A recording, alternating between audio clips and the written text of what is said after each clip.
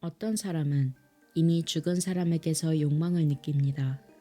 우리는 이러한 성향을 네크로필리아, 성도착증이라고 부릅니다. 그리고 이러한 성향을 지닌 사람들을 네크로파일이라고 부릅니다.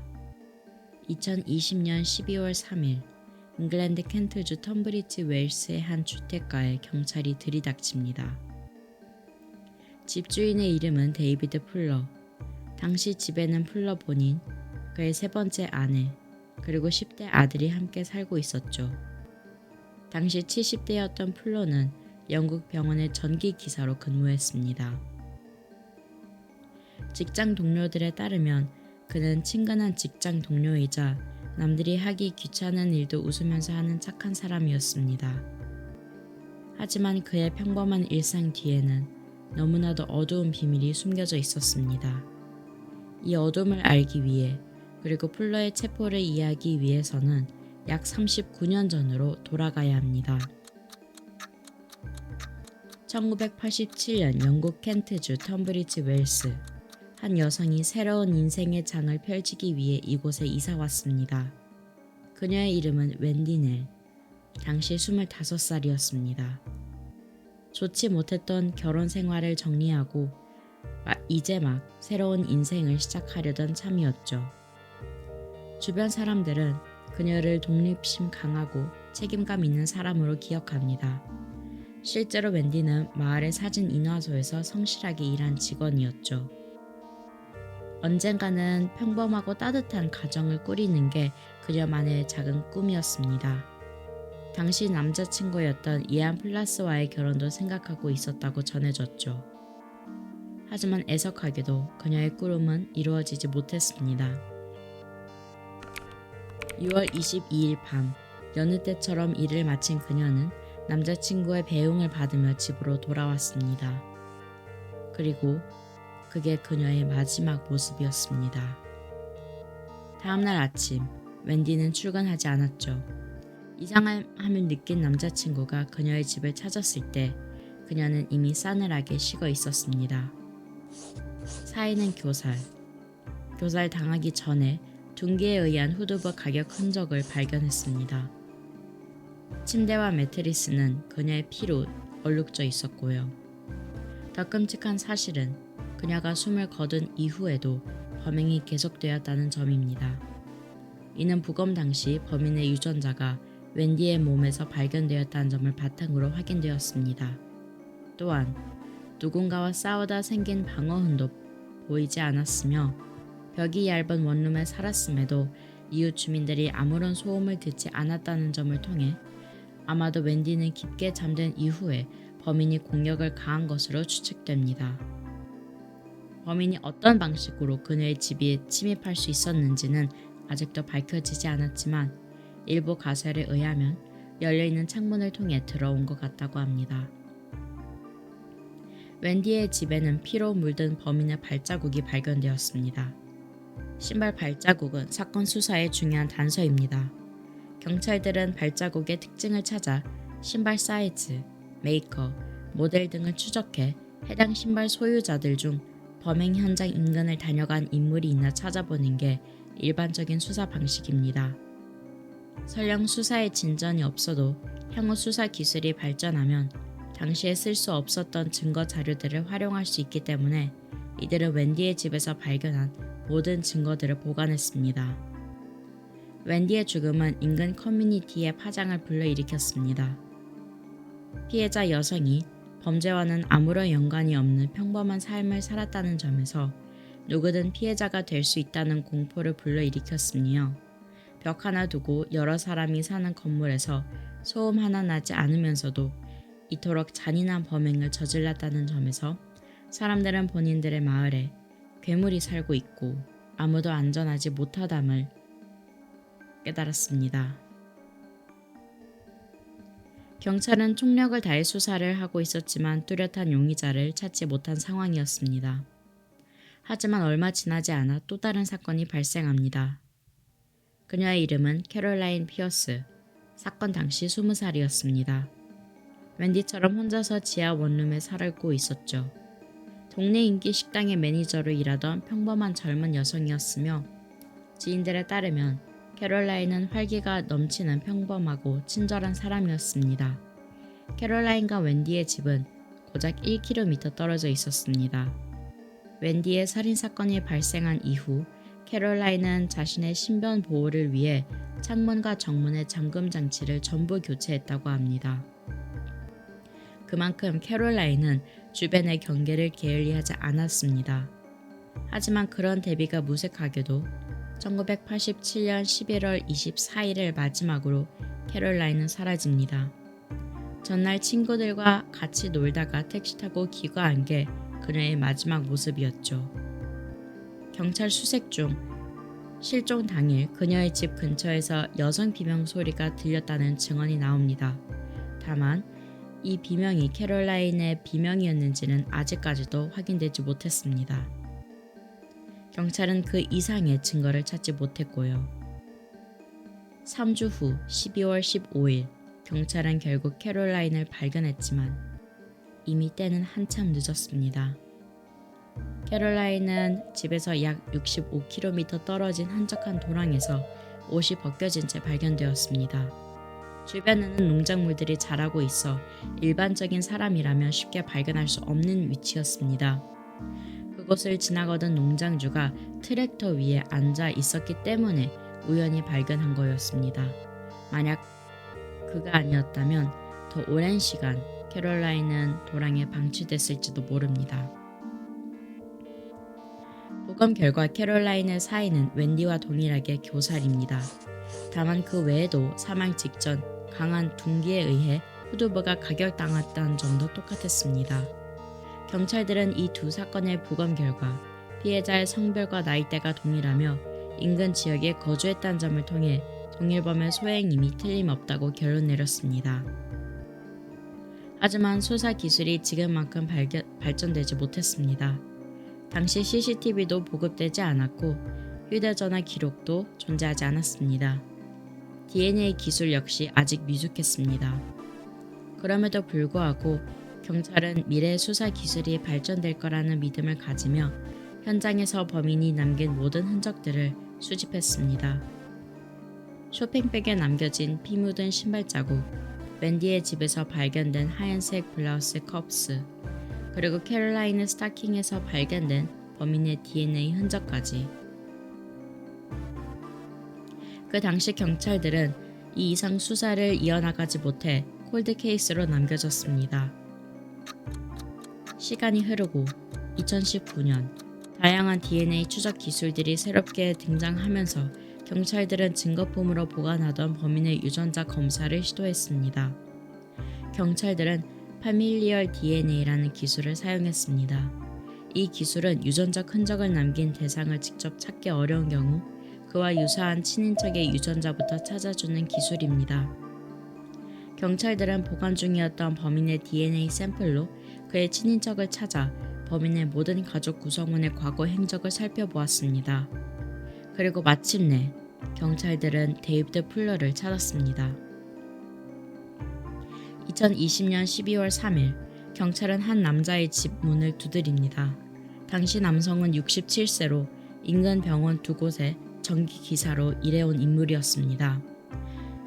그는 어린 시절 절도와 방화 등의 문제로 경찰과 여러 차례 부딪힌 기록도 가지고 있었죠. 다만 청년 이후부터 그의 삶에 특별한 것 없는 평범한 인생처럼 보였습니다. 겉으로 그는 아내와 아들을 둔 평범한 가장이었습니다. 풀러는 신문에서 사건 발생 당시 현장 근처에 한 번도 간 적이 없다고 주장합니다. 피해자들 또한 한 번도 본 적이 없다고 증언했죠. 하지만 이는 너무나도 쉽게 뒤집어졌습니다. 어이없게도 풀러의 범행은 풀러 자신이 남긴 증거 때문에 밝혀졌습니다. 풀러는 수십 년 동안 자신에 대한 모든 형태의 기록을 보관해왔습니다. 지금까지 사용했던 휴대전화, 유심카드, 개인 일기장, 일하면서 발급한 송장, 그리고 판도라의 상자였던 책상 뒤에 테이프로 고정해둔 숨겨둔 수상한 하드드라이브까지. 경찰들은 이 기록을 분석하기 시작합니다. 그 과정에서 30년 전 피해자들이 살았던 집 근처 그리고 일하던 식당을 여러 번 들었다는 사실이 드러납니다. 추가로 자전거 동호회에서 찍은 사진 속 그의 신발이 범행 현장에서 발견된 신발 자국과 일치한다는 사실도 확인했습니다. 30년 전에 미제 사건을 해결했다는 안도감도 잠시, 경찰들은 오랜 기간 아무도 몰랐던 사건을 밝혀냅니다. 데이비드 플러의 집안, 책상 뒤에 숨겨져 있던 작은 하드드라이브에서 모든 게 시작됩니다. 처음에는 그저 오래된 파일 몇 개라고 생각했습니다. 하지만 파일을 하나둘 열어보니 이상함을 느끼게 되었죠. 곧 상상조차 하기 힘든 기록들을 발견하게 됩니다. 끝도 없이 이어지는 사진들, 수백 장이 아니고 수천 장도 아닙니다. 무려 81만 장이 넘는 이미지와 500개가 넘는 영상 파일, 그리고 그 모든 기록 속에는 이미 세상을 떠난 사람들의 시신이 있었습니다. 경찰은 그제야 깨닫습니다. 이 사건이 단순히 과거의 살인사건으로 끝나지 않는다는 것을. 수사는 즉시 확대됩니다. 플러가 일하던 병원, 그리고 그 안의 영안실, 사람들이 가장 안전하다고 믿는 공간이자 마지막 존엄이 지켜져야 할 그곳에 플러는 12년이 넘는 시간 동안 아무도 모르게 범행을 이어오고 있었습니다. 끈질긴 조사 끝에 밝혀진 피해 규모는 상상을 초월했습니다. 최소 9세 아이부터 100세 노인까지 확인된 피해자만 101명입니다. 그리고 플러는 1년 평균 400번 넘게 영안실을 들었습니다. 주로 모두가 퇴근한 이후 움직였으며 영안실에는 비교적 감시가 허술하다는 점을 이용해 그는 오랜 기간 누구에게도 들키지 않고 이 만행을 이어왔습니다. 추가 조사 결과 플러는 범행을 저지를 때 의도적으로 CCTV를 가렸으며 시신의 신원을 확인하기 위해 고인의 사진을 페이스북에서 검색하기까지 했다고 합니다. 경찰 소속 과학심리학자 리처드 배드코크는 플러의 범죄에는 특이한 패턴이 있다고 했습니다. 플러는 사도마도이즘, 과학피약증이라는 심리 상태를 가지고 있었으며 이는 본질적으로 어떠한 상황 혹은 사람에 대한 통제를 함으로써 본인의 불안정한 상태를 안정화시킨다는 것을 의미합니다. 또한 그는 1970년대에 일련의 크리퍼형 주거 침입 절도 전략을 가지고 있었으며 이를 통해 플러한테는 일종의 관음증이 있다는 추측도 나왔습니다. 세상은 큰 충격에 빠졌습니다. 하지만 사람들의 기억 속에 남은 것은 두 소녀의 이름이 아니었습니다. 대신 하나의 단어가 사회 속에 깊게 각인됩니다. 네크로필리아. 죽은 자에게 욕망을 느끼는 가장 이해할 수 없는 범죄. 그리고 이 사건은 그 단어를 현실로 끌어낸 사례로 오랜 시간 동안 사람들의 기억에 남게 됩니다. 많은 이들은 플러에게 내려질 형벌이 그의 범행만큼이나 무겁기를 바랬습니다. 다만 결과는 그 기대와 전혀 달랐죠. 플러는 두 소녀 살인 사건에 대한 종신형을 선고받았지만 수십 년 동안 이어져 온 시신 능욕 범죄에 대해서는 훨씬 더 가벼운 형량이 내려졌습니다. 2021년 기준 확인된 피해자 79명에 대해 단 12년, 그리고 그 이후 추가로 밝혀진 23명의 피해자들 포함해도 총 16년입니다. 단순히 계산하면 한 명당 58일입니다. 이 판결은 영국 사회에 또 다른 질문을 남깁니다. 죽음 이후의 존엄은 과연 얼마나 지켜지고 있는가? 이 사건을 계기로 영국에서는 시신 능욕에 대한 처벌 수위, 그리고 영안실 관리 체계에 대한 문제가 본격적으로 논의되기 시작했습니다. 현재 영국에서 살아있는 사람들을 대상으로 한 강간은 최대 15년형이 선고될 수 있지만 시신에 대한 범죄는 그보다 훨씬 형량이 낮게 적용되고 있습니다.